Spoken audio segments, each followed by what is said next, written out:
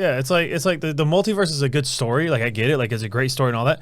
But it's like is the MCU going to be able to actually tell it in movie format? Yes. In a like way that like isn't going to have people sitting there like I have to watch this 12 times just to understand it. Yes. Personally I'm worried about it because as soon as I saw like the multiverse happening at the end of Loki, it's like there's a lot of shit going on where you're going to be like, I don't know if this is the real Spider-Man or not. The multiverse has always existed. I don't think that Loki's timeline, the whole point of the sacred timeline, we actually talked about this last time. The sacred timeline, there's no real sacred timeline. The whole thing is, what it seems like is Kang defeated everybody on this timeline. Yeah. All the other Kangs. But the whole point is there's no other multiverse. It was an egotistical thing of saying, well, I defeated all of the ones on my timeline and became the only Kang on this timeline. Yeah. Saying that a timeline is sacred, just listen to the wordage, the verbiage. Saying that something is sacred, you're saying that this is the right way. There's no other way that's right. Yeah. They're all right. They're all supposed to be happening. These are all things in a sphere, in a prism that's supposed to be happening. The fact that we choose one to be right is as the viewer, we've seen one, so we want to see it continue. But it's going to continue in the way that they give it to us. Yeah. So we're going to see a storyline continue, and we're going to call that our sacred timeline.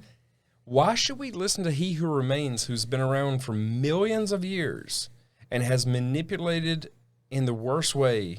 He's a true villain. Like, Kang is a true villain. He has manipulated everything. He came from the 2300s, went back to Egyptian times, and manipulated humanity to fit his timeline.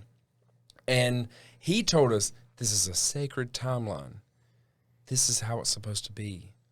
Listen to this, blah, blah. This is how, we can't allow this. We can't allow that. And we're all listening to it as He Who Remains like, oh, yeah, like this is a sacred timeline. That's the goddamn villain talking to you. Yeah. The villain is telling you that this is the sacred timeline. That's not the sacred timeline. It's a prism. Yeah. Tobey Maguire is supposed to still be Spider-Man. Andrew Garfield is still supposed to be Spider-Man. All these things are supposed to exist.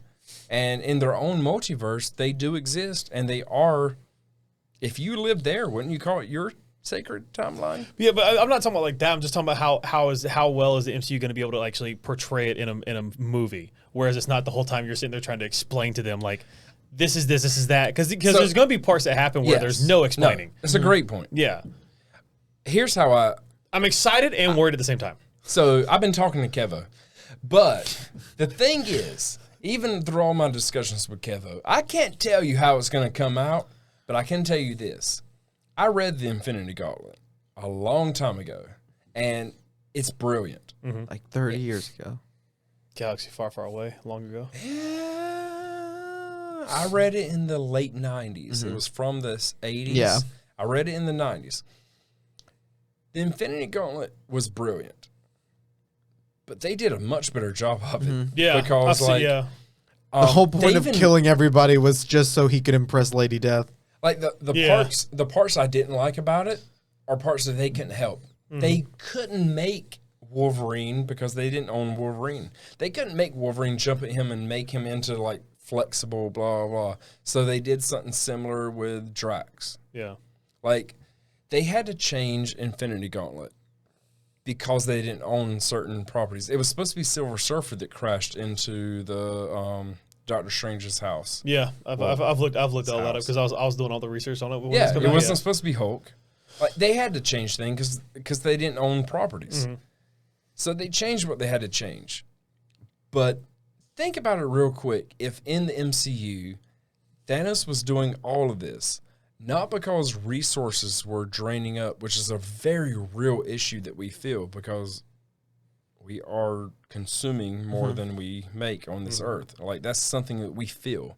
Think about if he fell in love with Lady Death, the supernatural entity that represents death, and he loved her so much that he wanted to kill half the universe just to impress her so that he could go out on a date with her. Even though she was in love with Deadpool. Not at that time. Not at that time, but Not at that time. that but does you become are a right. storyline. That is the furthest. Yeah, she becomes storyline. like obsessed with Deadpool, and it pisses Thanos off. She loves death, and she looks at Deadpool and is like, "You do it the right way, baby." And falls in love with Deadpool. But that's after. That's an afterthought. The Deadpool that we know didn't come around until like what, the late 90s, early 2000s. 91. Oh yeah, I guess early 90s. Infinity Gauntlet was from the 80s. Yeah. I know. I'm just saying it just It's added gonna entertainment. New Mutants 98. It's gonna be a fun ride. Go read it. With like where technology and everything is, because look at how the Mandalorian was filmed in that green screen room, be able to generate whatever they want. So they literally, and it's all Disney. Did you know they used the Unity engine? Yeah, they used so Unity literally, engine. Disney, when it comes to these films, they're gonna be able to create whatever they want. And so that's why I said I'm excited and worried at the same time, because now we're playing with, the time space continuum, multiple realities, time travel, all that shit. We've seen plenty of movies where they did it wrong. So now it's like, that's why I'm like. But name a big movie where Kevin Feige did it wrong since X-Men. But still. I was just about to be like, But still. You get what I'm saying? Hey, hope you enjoyed that clip. Full episodes of the Small Stuff Podcast are available on YouTube and wherever it is you get your podcasts. Make sure you hit that subscribe button. Follow us on Instagram, TikTok, all the things, links in the description. We'll see you later.